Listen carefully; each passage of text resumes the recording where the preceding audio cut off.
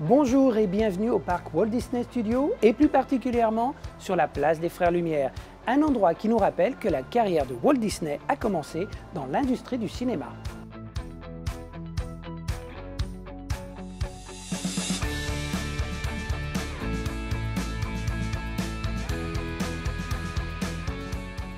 Le parc Walt Disney Studios rend hommage au studio où Walt Disney a commencé à raconter ses histoires dès les années 1920. L'architecture de la place des Frères Lumière rend d'ailleurs hommage à un studio Disney en particulier.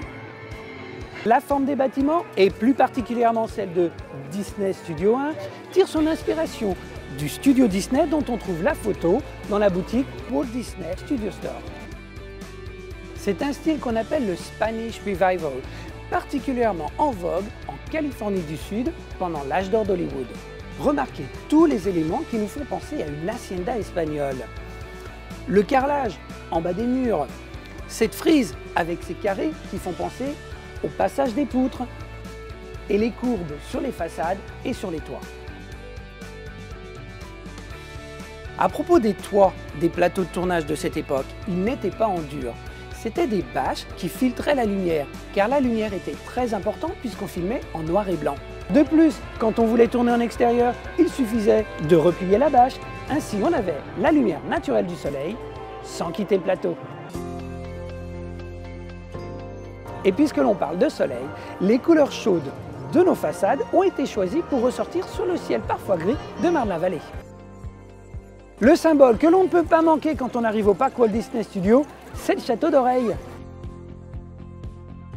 Pourtant, comme on peut le voir sur cette autre photo d'époque, la réserve d'eau des studios se trouve normalement dans le backlot, l'endroit où un incendie est plus susceptible de débuter à cause des effets spéciaux. Alors pourquoi les Imagineers n'ont-ils pas respecté cette réalité historique? Pour l'expliquer, je vais utiliser cette représentation du concept du parc Walt Disney Studios qui se trouve à Studio Services. Comme vous pouvez le voir, à son ouverture, sans le Hollywood Tower Hotel, toutes ces zones de production étaient de hauteur relativement égale. Il a donc été décidé de mettre à l'entrée du parc une icône. Le château d'oreille s'est donc imposé naturellement car il dominait tous les autres bâtiments.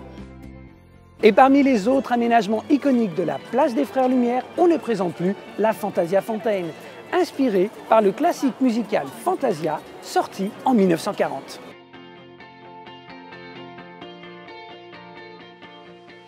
C'est d'ailleurs depuis 1940 que les studios Disney sont à Burbank en Californie. Mais ceux dont nous nous sommes inspirés pour l'architecture de la place des Frères Lumière sont ceux qui étaient de 1926 à 1939 sur Hyperion Avenue. Hyperion, ce nom vous dit quelque chose? Mais ça, c'est une autre histoire. Pour terminer notre retour sur les origines des studios de cinéma, l'entrée du parc Walt Disney Studios est un vibrant hommage aux créateurs français du cinématographe, les frères Louis et Auguste Lumière. Comme on le disait à l'époque des bobines, le tournage d'aujourd'hui est terminé, c'est dans la boîte. Voici le traditionnel indice de Mathieu. Merci de votre fidélité et à bientôt.